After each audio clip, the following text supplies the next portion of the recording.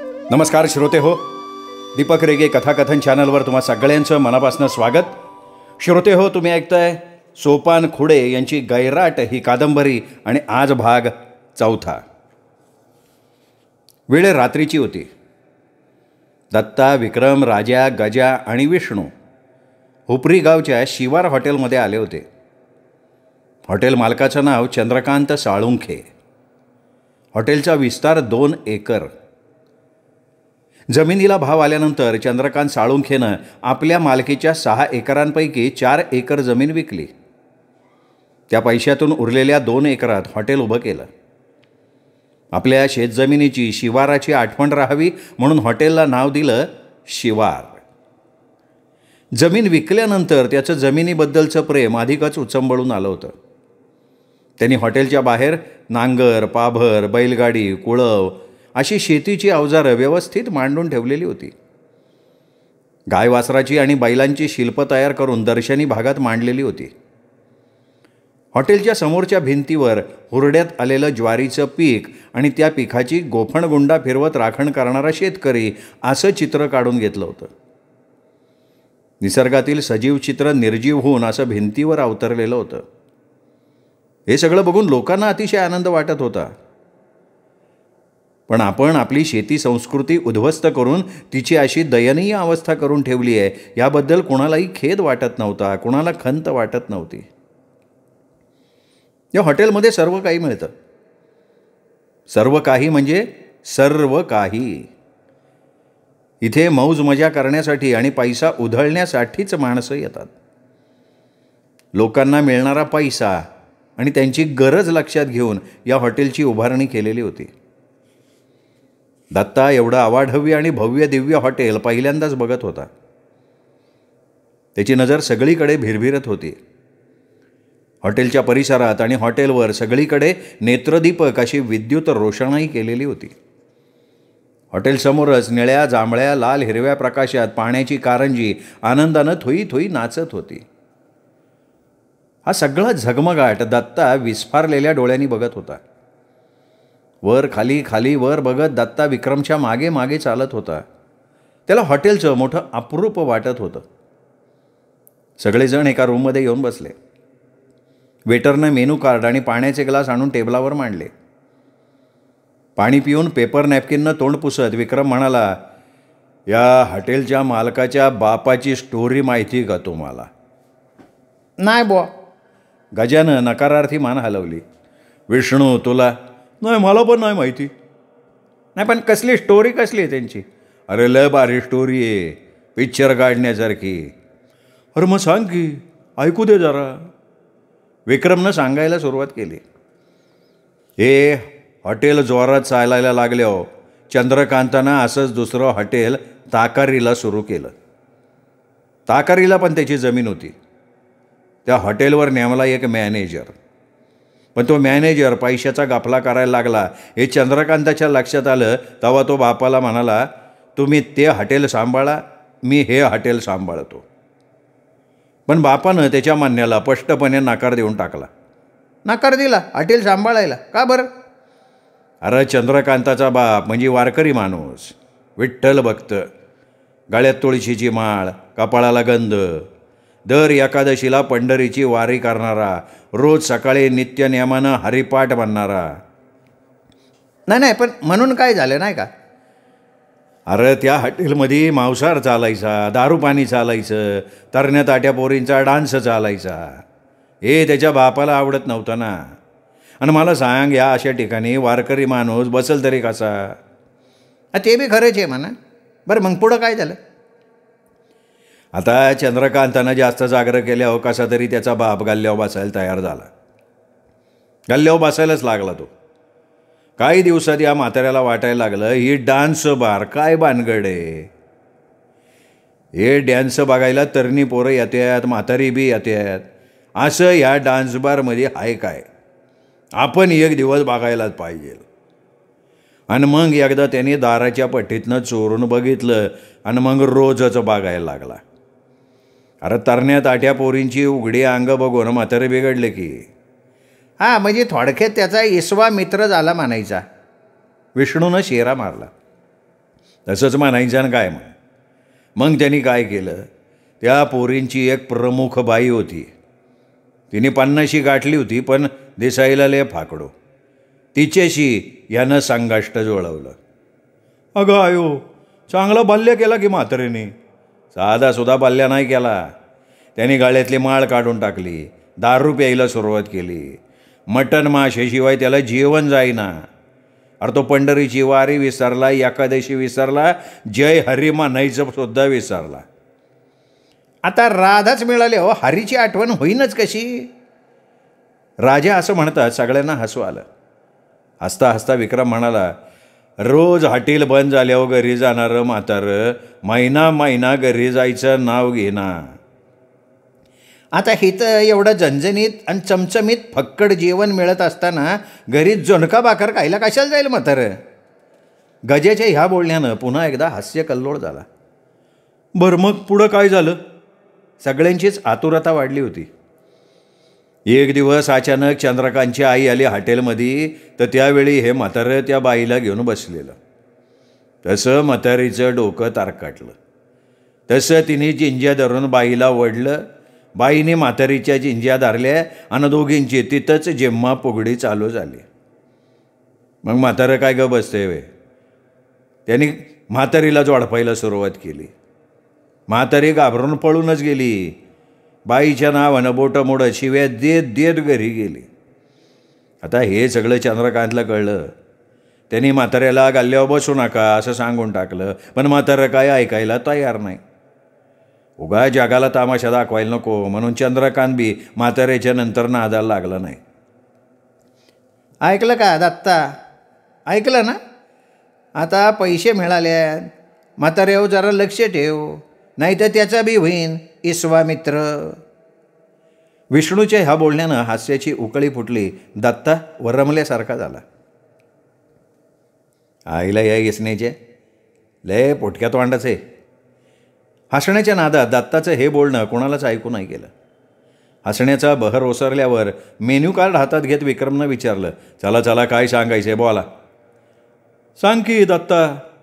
अरे मी काय सांगणार. राज्य सभेचा अध्यक्ष तू आहे, बिल तू भरणार म्हणून म्हणतो तुला, तू सांग. नाही तसं नाही, बिलाची काळजी करू नका, तुम्हाला काय सांगायचं आहे ते सांगा. अय वेटर. विक्रमनं वेटरला हाक मारली. लगबगीनं वेटर जवळ आला. हां बोलो साहब. 5,000 बियर, चकना बियर के साथ मिलेगा ना.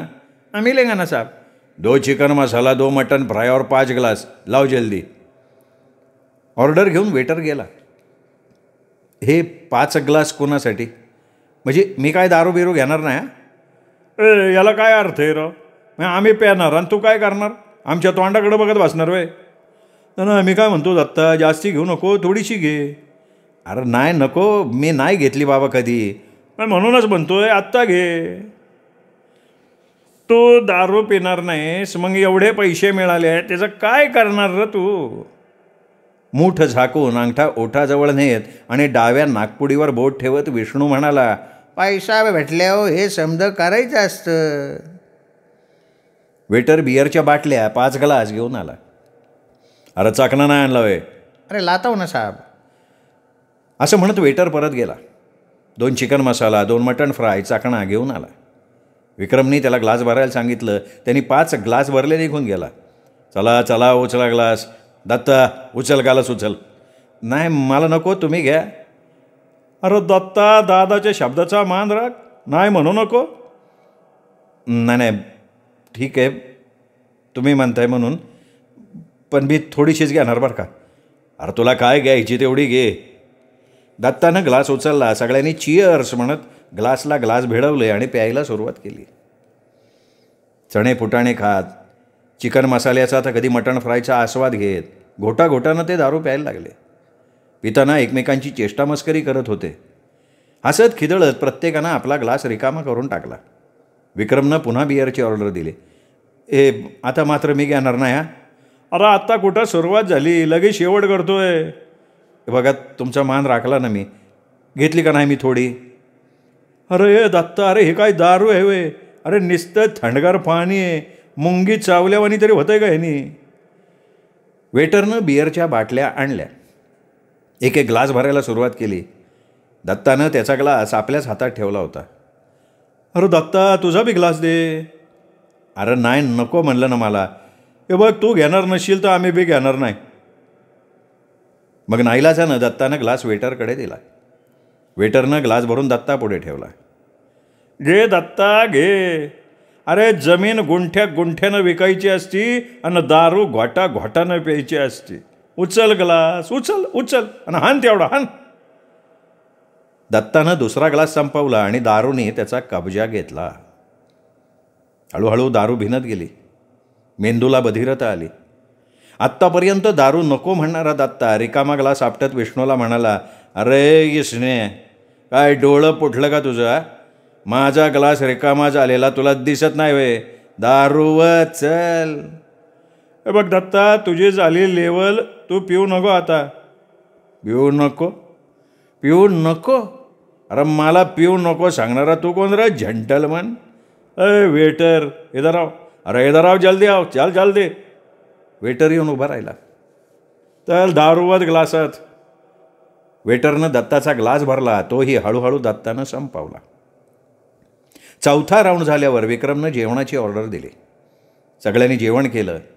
जेवणानंतर डाव्या नागपुडीवर बोट ठेवून गजा म्हणाला, दत्ता, याची पण सोय झाली पाहिजे.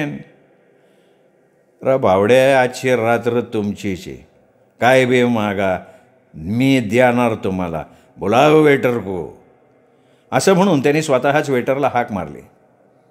जवळ येऊन वेटरनं विचारलं, क्या चाहिए साहब? लेडीज मांगतंय, मिलतंय ना? हाँ साहब, यहाँ सब मिलता है. लेके आओ 5 लेडीज. ओ साहब, आप मैनेजर से मिलो. ठीक आहे, अभी मिलता मैं. चलो रे उठो. सगळेजण मॅनेजरजवळ आले. वेटरनं त्यांना काय पाहिजे ते मॅनेजरला सांगितलं. मॅनेजरनं त्या सगळ्यांना एका खोलीत बसायला सांगितलं. त्यांच्याकडे मुलींच्या फोटोंचा अल्बम दिला आणि यातून तुम्हाला पाहिजे ती सिलेक्ट करा असं सांगितलं. सगळेजण अल्बममधल्या त्या अर्धनग्न मुलींचे फोटो बघायला लागले. प्रत्येकानं एक एक मुलगी पसंत केली. मॅनेजरच्या सांगण्यानुसार अगोदर बिल पेड केलं. जेवणाचं, रूमचं, मुलींचं, हे सगळे पैसे दत्तानं देऊन टाकले.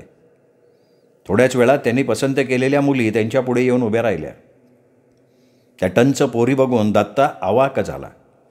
येड्या खोळ्यागत त्यांच्याकडे बघत राहिला. वेटरनं खोल्या उघडून दिल्या.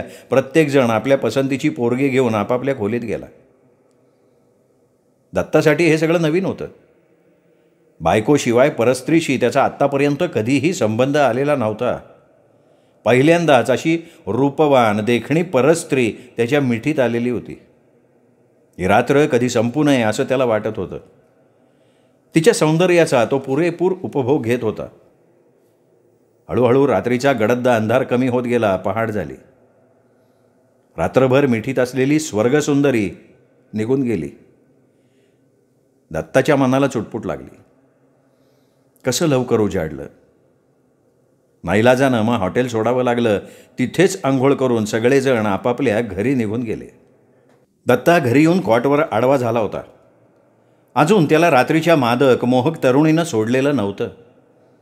तो तिच्याच मिठीत अजून विसावला होता. जागेपणी पडलेलं हे गोड स्वप्न त्याला पुन्हा पुन्हा पाहावंसं वाटत होतं. त्याच विचारात तो गुरफटला होता. दत्ता भाऊ आहेत का? बाहेर कोणीतरी हाका मारत होतं. त्या आवाजासरशी अंथरूण पांघरुणाच्या घड्या घालून व्यवस्थित ठेवत असलेली अनिता दत्ताला म्हणाली, अहो ऐकलं का? बाहेर कोणीतरी तुम्हाला बोलिवतंय. कोण आहे? दत्ताच्या विचाराची तार तुटली. अहो बघा की बाहेर जाऊन. आईला कोण आले सकाळी सकाळी कामधंदा नसल्यागत. दत्ता कुरकुरत उठला. ओसरीवर आला. अंगणात हातात कासरा घेऊन दगडू दलाल उभा होता. तू आहेस वय? ये बस बस. नाही बसत नाही आता. बैल घेऊन लगे निघतो तवा व्यवहाराचं बोला ना. ओसरीवर ये दगडू दलाल म्हणाला. बैलाची किंमत बोला. अरे मी काय सांगणार? मी काय तुझ्यासारखा जनावराची दलाली करतोय वे? नाही तसं नाही हो. बैल तुमच्या मालकीची आहेत. हे बघ तुला काय द्यायचं ते दे आणि जा घेऊन ती बैल. मी सांगितलेली किंमत तुम्हाला परवडन का? आमच्या परवडण्याचा विचार नको करू रे. तुला कसं परवडेल ते बघ तू. दगडू दलालानं 2 बैलांची किंमत सांगितली. आडेवेडे न घेता दत्तानं होकार दिला. कमीत कमी किमतीत एवढी चांगली बैलं मिळत आहेत म्हटल्यावर दगडू दलालाला आनंद होणं साहजिक होतं. पण तसा आनंद चेहऱ्यावर न दाखवता तो म्हणाला, हे बघा, आता निम्मे पैसे देतो, उरलेले बैल विकल्यावर देतो. काय? असं म्हणत त्याने खिशातनं नोटा काढल्या.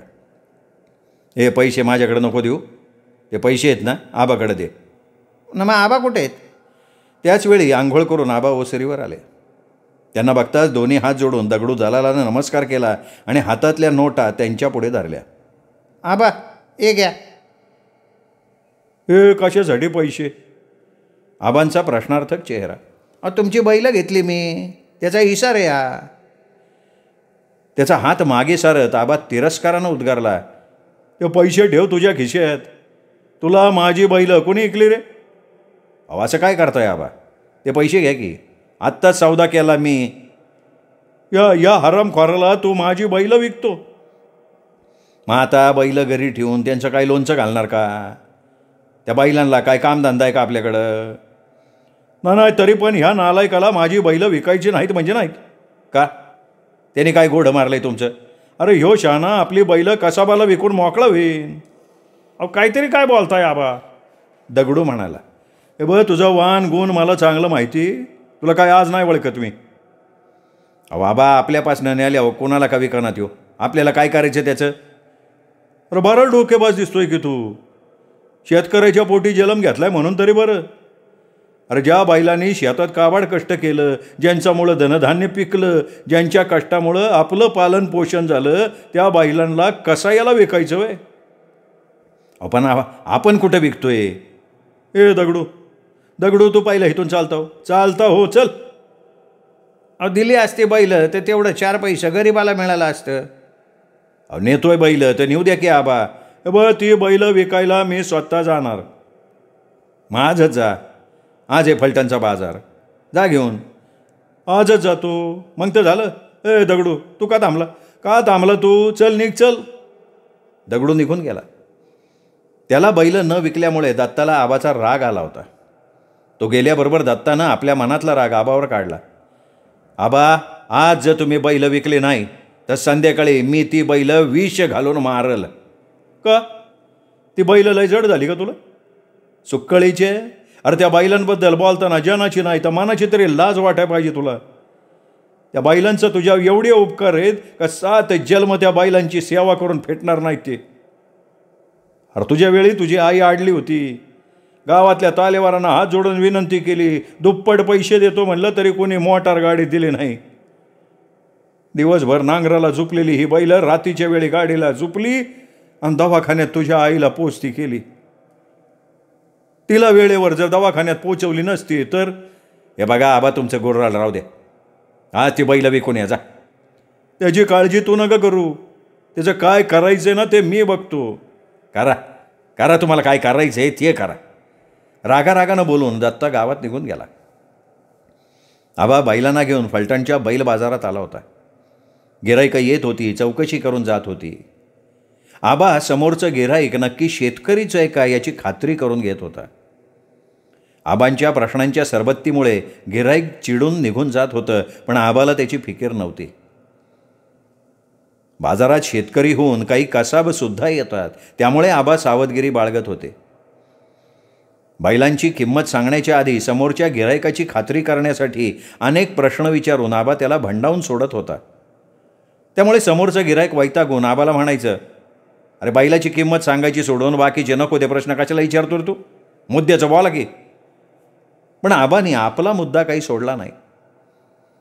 त्यांच्या प्रश्नांची उत्तरं दिली ती पडवीच्या एका शेतकऱ्यानं, तीही केवळ जिज्ञासेपोटी. हा माणूस गिरायकाला असे प्रश्न का विचारतोय, त्याचा हेतू काय आहे हे जाणून घेण्यासाठी, आणि जमलंच तर बैलांचा सौदा करण्यासाठी. तो पडवीचा शेतकरी आबांकडे आला, बैलांची किंमत विचारली. आबानं बैलाची किंमत न सांगता त्याचं नावगाव विचारलं. शेतकऱ्यानं त्याचं नावगाव सांगितलं. खरीपात रब्बीत कुठली पिकं घेता, कुठली बियाणं वापरता, कुठल्या खतांचा औषधांचा वापर करता, याही प्रश्नांची त्या शेतकऱ्यानं शांतपणे उत्तरं दिली. मग आबानं पुढचे प्रश्न विचारले. दुष्काळात जनावरांना चारा पाणी मिळाला नाही तर तुम्ही काय करणार? सरकारनं उभारलेल्या चारा छावणीत घेऊन जाईल जनावरांना. सरकारनं छावणी चालू केलीच नाही आणि जनावरं सांभाळणं अवघड झालं तर मग जनावरांना मी मोकळ्या रानात सोडून देणार, नाही तर कोणी सांभाळणारा असेल तर त्याला फुकट देऊन टाकणार. का? कसा बाला विकणार नाही? छाच्या, तसलं पाप ह्या जन्मात तरी मी करणार नाही. हाडाचा शेतकरी आहे मी. एवढं विचारून झाल्यानंतर आबा म्हणाला, तंबाखू खाता का तुम्ही? हा, खातो की. द्या बरं वाईच मला. त्या शेतकऱ्यानं तंबाखूची पिशवी काढली, चिमूटभर आबाच्या हातावर ठेवली, थोडी आपल्याला घेतली. दोघांनीही चुना लावून तंबाखू अंगठ्यानं चांगली मळली, दोन्ही बोटाच्या चिमटीत तंबाखू धरून दाढेत ठेवली आणि मग आबा म्हणाला, पाहुणं, माझी बैल म्या तुम्हाला दिली. तुम्ही शेतकरी हे याची मला खात्री पटली आणि तुम्ही तंबाखू खाताय हे बघून तर मला लयच बरं वाटलं. पण तंबाखू खाणं काय चांगलं आहे? त्यात बरं वाटण्यासारखं काय? तंबाखू खाणं किती जरी वाईट असलं तरी शेतकऱ्याला हे व्यसन असलंच पाहिजे. ते का बरं? अहो, बैल नांगराला, कुळवाला किंवा शेतीच्या कोणत्याही कामाला झुपली तर तंबाखू खाण्याच्या निमित्तानं शेतकरी थोडा वेळ तरी थांबतो. मग तेवढाच बैलाला विसावा मिळतो, नाही तर दिवसभर बैलाचा पिट्टा पडला जाईल की. आत्ता माझ्या लक्षात आलं बघा. काय ते? मगाशी त्या शेतकऱ्याला बैल द्यायला नकार का दिला तुम्ही ते आत्ता लक्षात आलं. अहो, तो तंबाखू खात नव्हता. लाख रुपये दिले तरी मी त्याला बैल देणार नाही. बरं, बोला बोला, तुम्ही बैलाची किंमत बोला. तुम्ही किती देणार? हे बघा, बैल तुमची आहेत, तुम्ही किंमत सांगा. मी सांगितलेली किंमत तुम्हाला पटेल का? पटन अशी सांगा की. 2 बैल आणि 1 गाडी. 2 बैल 1 गाडी ह्या सगळ्याचा मिळून मला 1 रुपया द्या. काय चेष्टा करताय बाई माझी? नाही, चेष्टा नाही, खरं तेच सांगतोय. काय खरं सांगताय? 1 रुपया किमतीची आहेत ही बैल. अहो, ते मला बी ठाव आहे. मग व्यवहाराला धरून योग्य ते सांगा ना. हे बघा, मी बरोबर सांगितलंय. बैल विकून मला पैसे कमवायचे नाहीत. ते पैसे खर्च करायला माझं मन बी धजावणार नाही. पोटच्या पोरावानी सांभाळल्यात ही बैल. त्यांना मरेपर्यंत माझ्या दावणीला ठेवलं असतं मी, पण पोरानं सगळी जमीन विकून टाकली. या बैलांचं खाण्यापिण्याचं वांदं झालं म्हणून मी त्यांना बाजारात घेऊन आलोय. त्यांचा चांगला सांभाळ करणारा शेतकरी पाहिला होता मला. तुमच्या रूपानं तो मला मिळाला म्हणून मी हे बैल तुम्हाला 1 रुपयात देतोय. खरं तर ती तशी फुकटच द्यायला पाहिजे म्हणा, पण कसं आहे ना, माणसाचं मन लई चित्र असते बघा. तुम्हाला फुकट बैल दिली तर तुमच्या उपकार केल्याची भावना कदाचित माझ्या मनात येईन आणि तुम्हालाही कदाचित उपकारामुळे शर्मिंद झाल्यासारखं वाटेल. म्हणून मी तुमच्याकडनं 1 रुपया घेतोय. म्हणजे तुम्ही फुकट नाही घेतली तर विकत घेतली आहेत असं मान ताठ करून तुम्ही म्हणू शकता. रुपया द्या आणि बैल घेऊन जा. त्यांचा नीट सांभाळ करा. ही बैल जर विकायची वेळ आली ना तर दुसऱ्या कोणाला विकू नका. ती बैल तुम्ही मला विका. त्या येळेला बाजारभावाप्रमाणे जी काय किंमत होईल ती देईन मी तुम्हाला. तुमच्या पुढं काय बोलावं, कसं बोलावं मला सुचतच नाही बघा. पण एवढं नक्की सांगतो की तुमच्या बैलांचा तळ हाताच्या फोडासारखा सांभाळ करेल मी. खाण्यापिण्याची तर त्यांची कधीच आबाळ होऊ देणार नाही मी. त्यांच्या जीवावर बेतल असं काबाड कष्ट त्यांच्याकडनं म्या करून घेणार नाही. या व्यवहाराच्या निमित्तानं आपली ओळख झालीच आहे. हक्कानं माझ्या घरी या. मी पडवीच आहे. माझं नाव सर्जेराव जाधव. गावाच्या खालती माझं घर आहे आणि तुमचा बी पत्ती आम्हाला सांगून ठेवा. आबानंही आपलं पूर्ण नाव गाव सांगितलं. त्याच्याकडनं 1 रुपया घेतला. बैलांच्या पाठीवर मायेनं गोंजारलं. बैलांची दावी सोडली. बैल सर्जेरावाच्या ताब्यात दिली. लग्न होऊन पोटची मुलगी सासरी निघाल्यावर बापाचा जसा कंठ दाटून येतो तशी अवस्था आबाची झाली होती. सर्जेरावानं बैल गाडीला जुंपली. आबांनी मिठी मारून गळाभेट घेतली. त्यांनी बैलांना दटावलं तशी गाडी हलली. आबांनी हात हलवून निरोप दिला.